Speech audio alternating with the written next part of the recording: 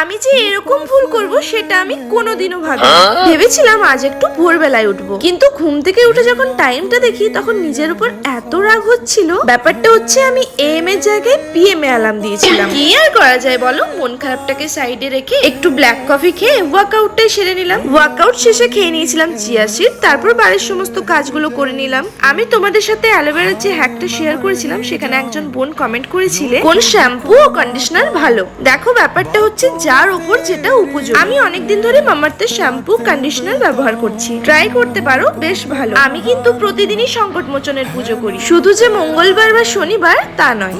এরপর শুরু করি ভগবান শ্রীকৃষ্ণের আরাধনা, কারণ ওনাকে ছাড়া তো আমার দিনটাই শুরু হবে না। তারপর সংকট মোচনের পুজো, আর সাথে 33 কোটি দেবদেবীর চাল্লিশা পাঠ তো অতি আবশ্যক, না হলে তো সংকট মোচনের পুজো সম্পূর্ণই হবে না। আজ তবে আসি, দেখা হবে আবারও নতুন একটা ভিডিওতে। রাধে রাধে।